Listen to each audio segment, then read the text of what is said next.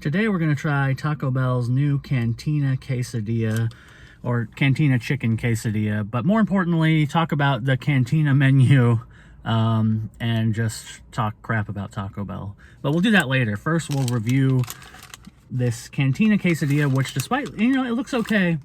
I want to say the presentation was pretty awful, okay? I want to present it. That was basically, that whole setup was just for the thumbnail because I'm lazy and I'm going to take a screenshot of the first second and use that as a thumbnail.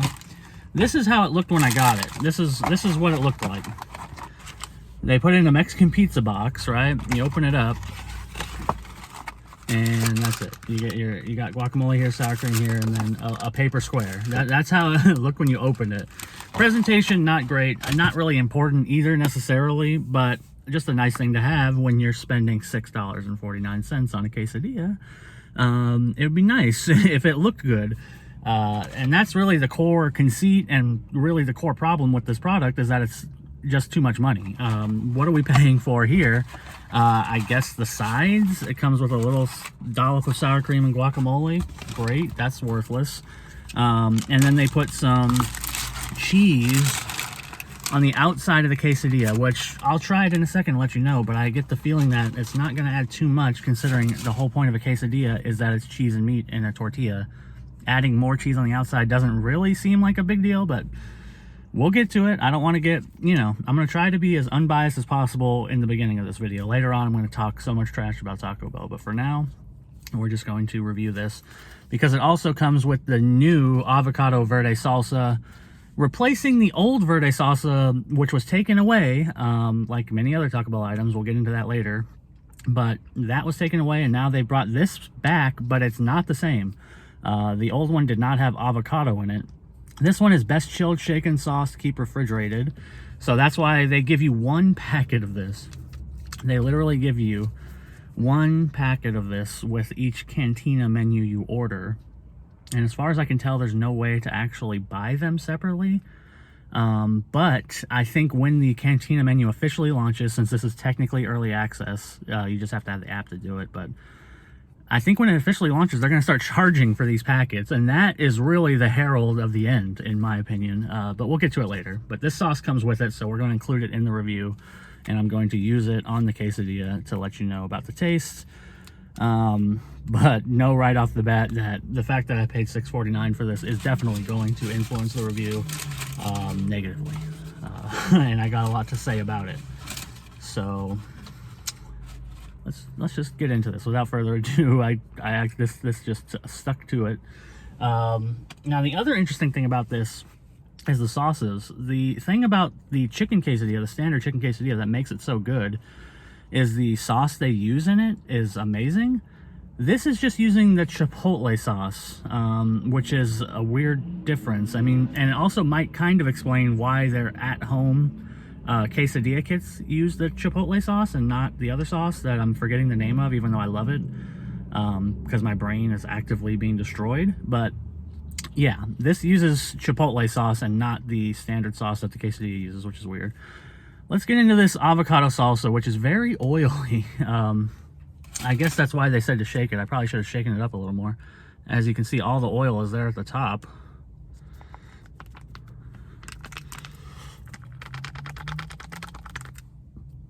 It's a little bit better. All right, let's take a bite. Stop delaying this. Pour some of this stuff on here. See what we get.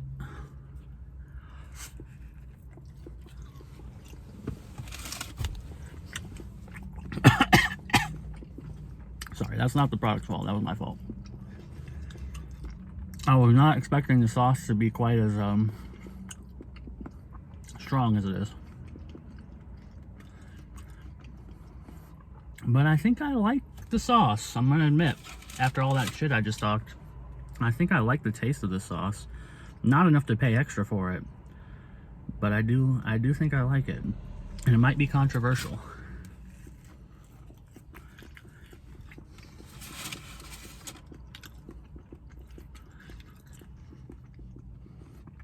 Yeah, this sauce is good. I know I talked a lot of trash about it. People like the old verde sauce. I like this version of it. I appreciate this new sauce, but I actually you know, for the other people, it'd be nice if they brought it back. But this is nice. It has a very cilantro forward taste. It's almost like a chimichurri sauce, kind of. It's great. I actually really genuinely like this sauce packet and probably would use it on almost any Taco Bell item, but not when they're going to charge for it, which is probably what's going to happen. We'll find out. But considering it's a premium item that only comes with these items, and this is the only way you can get it now, they're going to charge for it. So the quesadilla itself, meh. You know, I'm not sure I really like the new chicken. Let me try to isolate it a little bit. This is the whole big deal about this, is their new shredded chicken. But I don't know if it's really that special.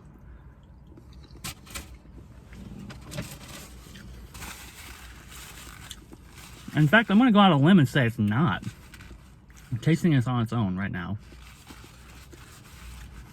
It tastes very similar to their old shredded chicken, which was okay, but not anything special. I'm not sensing the premium aspect of it. And that's really what they're trying to push here, is the premiumness of it. And that's why they're charging so much. And they're including these sauces, you know, so that it's a premium experience. So you can say, oh, well, you know, you got some guacamole and some sour cream on the side, so that's worth an extra, you know, $2. But is it really? No. I mean, this should be obvious to anybody that this is straight up, you know, a money grab. And now we're going to get into, well, hold on. Let me rate it first. The chicken itself is pretty okay. I really don't think that there's necessarily anything to be hype about here. And this is what they're basing the Cantina menu on. Is this slow cooked shredded chicken. It tastes kind of similar to their old shredded chicken, which was just okay. There's a little bit of flavor there, but not a lot. It's just kind of generic chicken. I honestly think I like the other chicken better, and I would rather have a regular quesadilla and pay less and get the right sauce than have this. I mean, there's nothing necessarily wrong with this. It tastes okay, but it doesn't taste anywhere near good enough for the price. Really, the sauce is the nicest thing in it, and I hate the fact that it's going to be a premium item. So yeah, this is gonna get from me a solid 2 out of 5. I'm gonna be very mean to this product because they're charging a premium for it, and it doesn't deserve it. It's definitely not a premium item. I mean, they just threw in a couple little tricks to try to make it seem premium, but it's not. When you taste it, the quality of the actual ingredients is not premium. It's the same stuff you would get from Taco Bell normally. In fact, I would bet, I don't know this, I would bet the new shredded chicken, if not cheaper, is at least, you know, the same price as the regular chicken. I would bet it's cheaper, honestly. I would bet the new shredded chicken actually is cheaper to make than the old chicken. I could be completely wrong, though. Maybe, you know, I don't know the economic aspect of it, but they're making a lot of money. There's a big margin on a $6.49 quesadilla, and that's just in my area where it's the cheapest probably it will ever be. I think $6.49 is the recommended price. In a lot of areas, it's going to be upwards of $7, maybe even $8, and that's going to be even more horrible. And that leads me into more recent news, more recent doom and gloom, which is finally catching up, I think, with my own attitude, which is probably not a good thing. I'm generally a pessimistic person and hate all these corporations and the moves they make. I try to be critical of them because most food reviewers aren't, which I hate.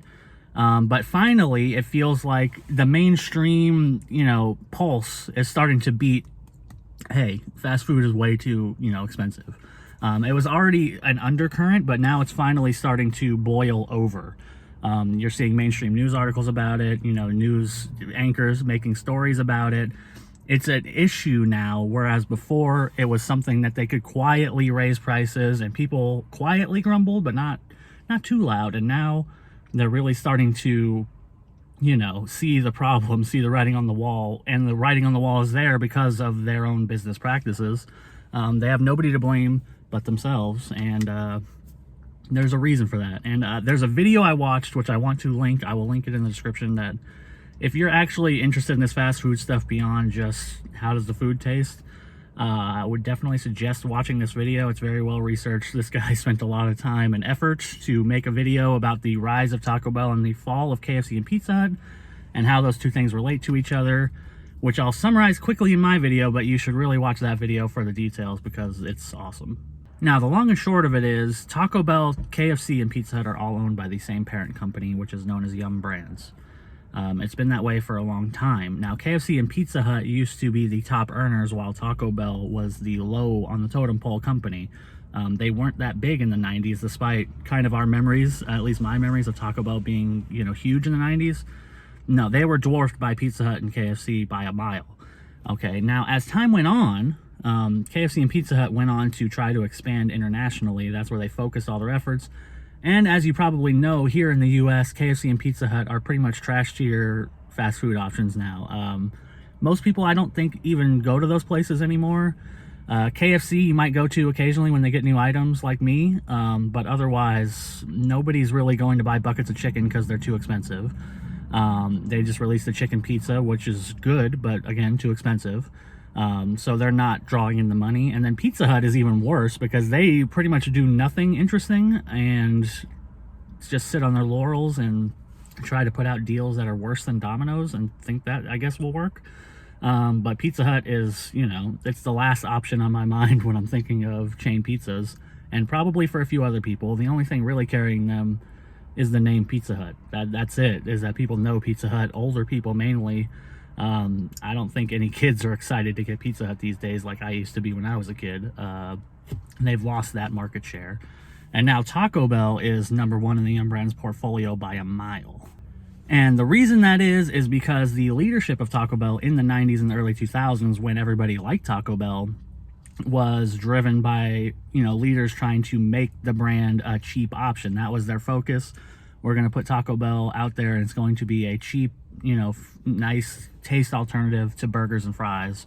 And we're going to drive value and all that good stuff. And that's what they did in the 90s and early 2000s, and everybody loved them. Now, COVID accelerated this, but the problem really became that money men, like bottom line men, came up in the executive positions. Now, obviously the executives before were about money, but they had broad visions to grow the company into something that would sustainably grow forever, which is the point of a business in, capitalist society. You want a company that will grow sustainably, grow an audience, all that good stuff, which is what they did. And then the money men came in and said, well, how about we just exploit what we already have and forget about building for the future and make as much money as possible in the near term, because we need to turn a profit, because that's the way the world works. If we don't turn a profit, then we're screwed. So now, instead of focusing on making a product that's going to build a core audience that loves us, we're going to instead exploit that core audience to the best of our abilities, until they're ground into dust and we can get every dollar out of their wallets. That's essentially Taco Bell's new structure and why everything sucks. And that's pretty much the long and short of it.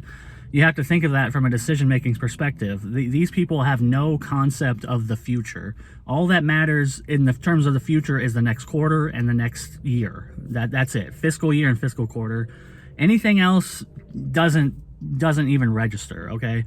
The idea of building up a group of fans by, making quality products at the right price and maybe, sacrificing a little bit of short-term profitability to kind of do right by them, that doesn't even cross their minds. That's a crazy concept. No way. If somebody brought that up, they'd probably be fired. Now, this more money situation is what is leading us into them taking away items. I mean, they use COVID as an excuse, but the point was they literally wrote it out. They're taking away the items. I mean, they literally, I don't know who said it. I'd have to find the quote, which I'm not going to do when I'm lazy. But somebody who was involved at Taco Bell, one of the executives, said, yeah, we take away these items so we can bring them back. They drive interest. It drives sales. That's the whole point. They know what they're doing. It's not a real excuse. They took away those things and said, hey, the pandemic, blah, blah, blah, just so they could reintroduce them later to sell them to you for more money. That's it. There's no fan buildup here. They try to put these things as engaging with the fans, and this is what I hate. And I wish people would just take a second to realize like the manipulation level, which I think most people understand that, then they just don't care. But for example, the Taco Bell voting in the app, the whole point of that, besides driving people to the app, is to drive engagement. And then they're going to release a product, like for example the double decker taco and the Mexi Melt voting situation, right?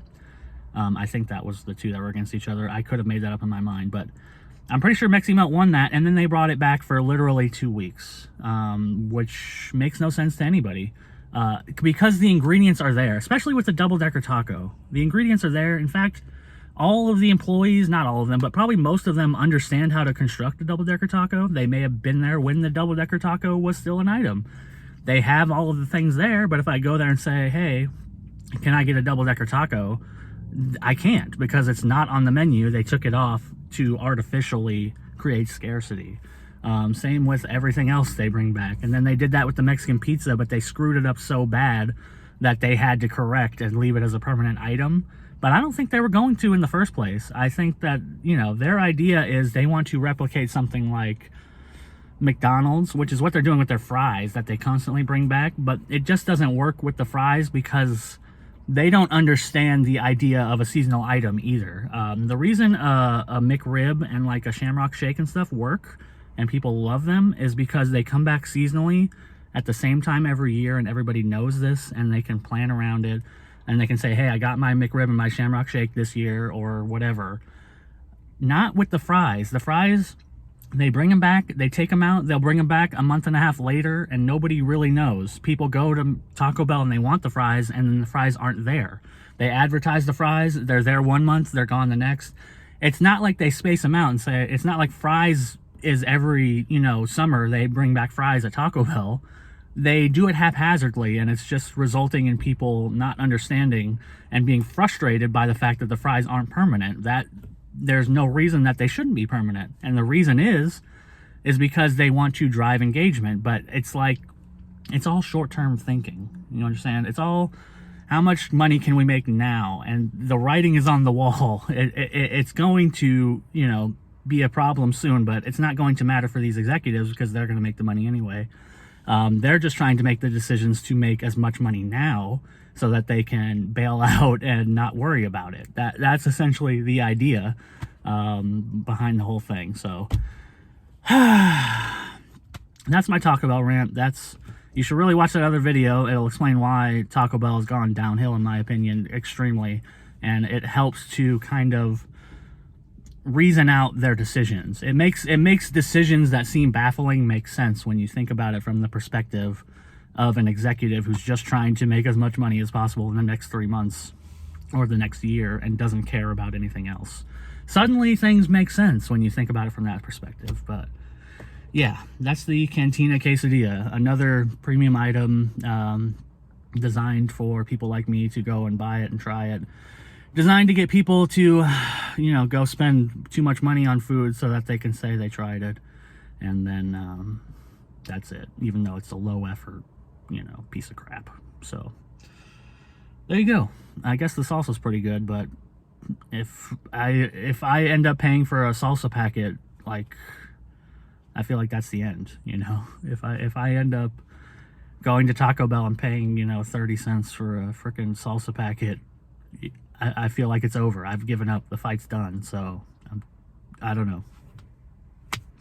That's it. See you next time.